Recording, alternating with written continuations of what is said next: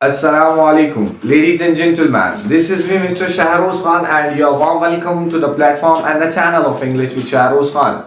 In this video, I am going to teach you the passive voice. जी हाँ, तो passive voice आज हम पढ़ने वाले हैं और passive voice है present continuous के. जैसा हमने लास्ट वीडियो के अंदर present simple के passive voice पढ़े हैं, आज हम पढ़ने जा रहे हैं present continuous के passive voice. Present continuous के passive voice होते क्या हैं और कैसे बनते हैं और किन किन के passive voice नहीं बनते, उनको आज देखते हैं. सबसे पहले क्वेश्चन तो ये पैदा होता है कि प्रेजेंट कंटिन्यूअस होता क्या है. हम पढ़ चुके हैं लेकिन एक फ्लैशबैक ले लेते हैं. प्रेजेंट कंटिन्यूअस होता क्या है?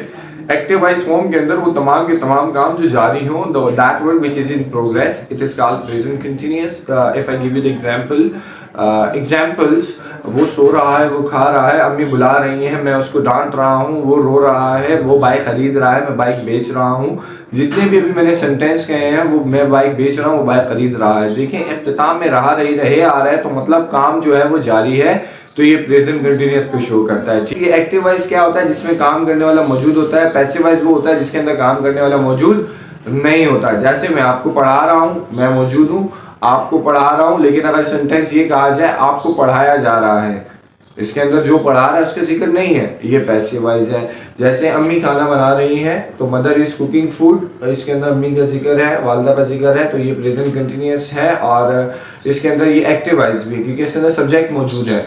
अगर मैं इसको बोलूँ, इसको पैसिव वॉइस के अंदर कन्वर्ट करूँ कि खाना बनाया जा रहा है, इसके अंदर जो काम करने वाले जो पर्सन है, जो वालदा, उसका जिक्र नहीं किया गया. तो ऐसे तमाम के तमाम सेंटेंसेस जिसमें काम करने वाले का जिक्र ना किया जाए, या आप नहीं जानते हो, या आप करना नहीं चाहते हो उस इंसान का जिक्र, तो फिर वो क्या कहलाएंगे? वो पैसिव वॉइस कहलाएंगे. That's it. अब नजर दौड़ाते हैं कि भाई है क्या ये passive voice. According to present continuous बनते कैसे हैं. सबसे पहले देखिएगा, पैसिव वॉइस प्रेजेंट कंटिन्यूअस बनाने के लिए इसके भी कुछ रूल्स हैं. जैसा पहला रूल क्या है कि इसके भी हेल्पिंग वर्ब इज एम आ रही है. एक्टिव वॉइस में भी इज एम आर लगते हैं और इसमें भी इज एम आर लगते हैं. ठीक है. प्रेजेंट सिंपल के पैसिव वॉइस में इज एम आ रही थे, इसमें भी इज एम आ रही है, लेकिन एक फर्क है. यहाँ पर प्रेजेंट कंटिन्यूअस के अंदर जो helping verb is am are है, इनको जो सपोर्ट करेगा वो बीइंग करेगा. बीइंग से मुराद क्या है? ये वर्ब की जो आईएनजी फॉर्म है, ये कंटिन्यूअस को शो करती है, जो काम जारी हो, तो सेंटेंस इस के साथ भी बीइंग लगेगा, एम के साथ भी बीइंग लगेगा और आर के साथ भी बीइंग लगेगा. अब देखते हैं उनमें से कौन सा इस्तेमाल होता है. थर्ड पॉइंट मैंने आपको ये बताया था कि हमेशा पैसिव वॉइस में वर्ब की थर्ड फॉर्म लगती है, अदरवाइज कोई सेंटेंस नहीं लगता. आप लोगों के सामने एक सेंटेंस मौजूद है जो लिखा हुआ है, यू आर टीचिंग इंग्लिश. आप इंग्लिश पढ़ा रहे हैं, सिंपल है. इसका नेगेटिव जब आपने पढ़ा था तो ये यूं है, you are not teaching English. आप इंग्लिश नहीं पढ़ा रहे हैं. सवाल ये बनाया तो आप कहते हैं are you teaching in English, क्या आप इंग्लिश पढ़ा रहे हैं, एंड में क्वेश्चन मार्क है. अब देखिए ये सेंटेंस है. अब इसका पैसिव बनेगा तो हाँ भाई ऑब्जेक्ट है, क्योंकि मैंने आपको लास्ट वीडियो के अंदर ये बताया था कि भाई पैसिव वॉइस कई ऐसे सेंटेंस होते हैं जिनके नहीं बनते. और क्यों? क्योंकि उनके अंदर ऑब्जेक्ट नहीं होता. अब यहाँ पर ऑब्जेक्ट मौजूद है तो इसका पैसिव वॉइस बनेगा. तो सेंटेंस है यू आर टीचिंग इंग्लिश, आप इंग्लिश पढ़ा रहे हो, ये एक्टिव वॉइस है क्योंकि इसके अंदर आपका जिक्र आया है. अब मुझे अगर पैसिव वॉइस बनाना पड़ेगा तो मैं आपको कहता हूँ कि मुझे सब्जेक्ट को हटाना पड़ेगा. मैं कहता हूँ कि यू आर टीचिंग इंग्लिश, आप इंग्लिश पढ़ा रहे हैं, इंग्लिश पढ़ाई जा रही है. अब सेंटेंस ऐसा भी होता है इंग्लिश पढ़ाई जा रही है, कौन पढ़ा रहा है उसको मेंशन ही नहीं कर रहे.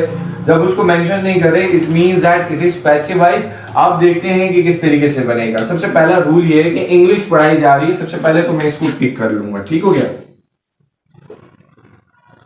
अब इंग्लिश एक जबान है. अब मैं इंग्लिश के साथ इज लगाऊं, एम लगाऊं, आर लगाऊं, तो डेफिनेटली इंग्लिश एक है तो मैं उसके साथ इज लगाऊंगा, तो इंग्लिश इज. मैंने आपको पहले बताया था कि इसके सपोर्टर जो होगा इन सबके साथ लगेगा वर्ड वन बाय वन करते हुए. अब इज है तो इज के साथ मैं सपोर्टर लगा दूंगा बी. फिर थर्ड मेरा रूल ये है कि उसके बाद वर्ब की कौन सी फॉर्म लगाऊंगा? थर्ड. और यहाँ पर क्या है? वर्ब ये है, क्योंकि ये सब्जेक्ट था, ये वर्ब था, ये ऑब्जेक्ट था. अब ये वर्ब है तो इसकी थर्ड फॉर्म क्या हो जाएगी? टीच है. टीच की थर्ड फॉर्म है taught. English is being taught. English पढ़ाई जा रही है. अगर आप आगे एजेंट ऐड करना चाहते हैं तो आप आगे यूं लिख दें, English is taught by you. Simple. समझ गए. अगर नेगेटिव बनाना है तो सेम एज इट इज बहुत इजी होगा. जैसे यहाँ पर आपने लिखा है you are not teaching English, आप इंग्लिश नहीं पढ़ा रहे हैं, इसका नेगेटिव यूं हो जाएगा इंग्लिश जैसे कि आप हेल्पिंग वर्ब के बाद नोट लगाते हैं, पैसिव वॉइस में भी वही फॉर्म रहेगी कि आप हेल्पिंग वर्ब के बाद नोट लगा देंगे, बाकी एज इट इज सेंटेंस रहेगा। जैसे English is not being taught by you, बाकी सेंटेंस वैसे ही आ जाएगा, एंड में फुल स्टॉप आ जाएगा। बस हेल्पिंग वर्ब को याद रखिएगा, हमेशा स्टूडेंट क्या मिस्टेक करते हैं, वो ना बीइंग के बाद नोट लगा रहे होते हैं, बीइंग के बाद नोट लगा रहे होते हैं, ऐसा नहीं होता। हमेशा एक्टिव हो या पैसिव हो, आप हमेशा हेल्पिंग वर्ब के बाद नोट का इजाफा करेंगे। अब सेकंड पॉइंट अपने पास यहाँ पे सवालिया है, सवालिया को जब बनाएंगे तो हम इसको स्टार्ट में ले आएंगे। जैसे यहाँ पे आर को स्टार्ट में लेकर आ गए हैं, तो मैं इसको अगर शुरू में ले आऊंगा तो sentence would be like that, is English being taught by you, and में क्या आएगा, क्वेश्चन मार्क आएगा। सिंपल, आगे समझ। जैसे अगर एक सेंटेंस क्या आ जाता है कि मैं क्रिकेट खेल रहा हूं, आई एम प्लेइंग क्रिकेट, इसका पैसिव वॉइस बनेगा भाई cricket is being played by me. सही हो गया। अगर आई के साथ ये भी समझ लीजिएगा, इस सेंटेंस आपको देते हैं कि वो मुझे बुला रहा है, ही इज कॉलिंग मी, इसका पैसिव वॉइस बनाया जाएगा। तो इसके अंदर ऑब्जेक्ट ये है, मुझे बुलाया जा रहा है, क्योंकि इसको मेरे को नहीं इस्तेमाल करना, तो मैं इसको मेंशन करता हूँ कि मुझे बुलाया जा रहा है, तो मैं आई लगाऊंगा, फिर मैं उसके बाद एम लगाऊंगा, क्योंकि आई के साथ आपको पता है एम लगता है, फिर उसके सपोर्टर मेरे को बीइंग लगाना है, तो सेंटेंस हो जाएगा आई एम बीइंग, फिर मेरे को वर्ब की फॉर्म लगानी है, वर्ब की फॉर्म थर्ड लगानी है, और ये वर्ब है, तो मैं कहूँगा I am being called by him, full stop. Negative बनाएंगे तो I am not being called by him, सवालिया बनाएंगे am I being called by him. तो ऐसे तमाम के तमाम सेंटेंसेस जिसके अंदर रहा रही रहे आ रहा हो, जिसके अंदर काम करने वाले का जिक्र ना हो रहा हो, वो पैसिव वॉइस अगर बनाना हो तो इस टर्म एंड कंडीशन के साथ लगेंगे। होप कि आपको समझ आया होगा। काइंडली अपना बहुत ख्याल रखिएगा। अल्लाह हाफिज।